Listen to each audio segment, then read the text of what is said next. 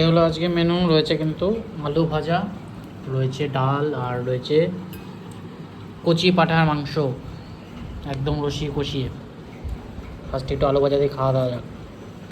মুসুর ডাল, একটু মুসুর ডালও খাওয়া দরকার। আমার কিন্তু ভাতের সাথে মাংসের সাথে একটু ডাল বা শাক হলে বেশ ভালো লাগে। আলু ভাজা খেয়ে নিয়েছি, এবার একটু মুসুর ডাল দিয়ে খাবো। ওটা দিয়ে দারুণ লাগছে। এটা হচ্ছে মাটনের আলু, এই দিয়ে একটু ভরিয়ে খাই। ঝুরঝুরে সাদা ভাতের সাথে কিন্তু এই মাটন কষা। আজকে মাটনটা কিন্তু হালকা হালকা চর্বি আছে, একদম কচি মনে হলো না আমার।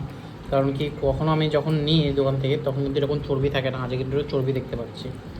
যাই হোক, একটু মাটন দিয়ে খাওয়া যাক। আজকে কিন্তু তোমাদের সাথে যে আগের ভিডিও দেখে থাকো, রান্নার প্রসেসটা আমি কিন্তু শেয়ার করছি তোমাদের সাথে। আশা করি হোপফুলি তোমাদের ভালো লাগবে রান্নার ভিডিওটা।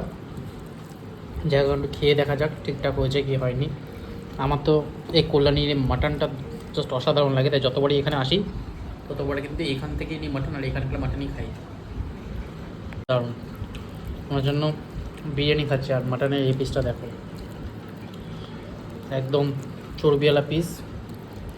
কখনো খাই না, এই আজকে একটু হালকা চর্বিওয়ালা কচি পাঁঠার মাংস খেয়ে দেখছি।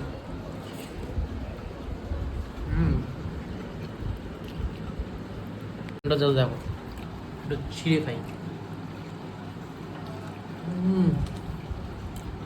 দারুণ, মনে হয় যেন বিয়ে বাড়ি। কিন্তু লাইটভাবে অত ঝালও হয়নি, বেশ দারুণ।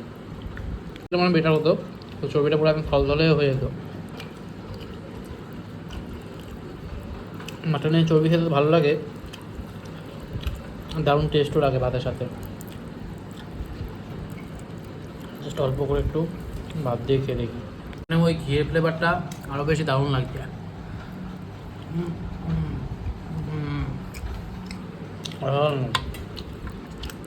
অসাধারণ মাটন। ডাল, আলু ভাজা, মাটন কষা খেয়ে আজকে ভিডিওটা শেষ করছি। দেখা হবে অন্য কোনো ভিডিওর সাথে, ততক্ষণ টাটা, বাই বাই।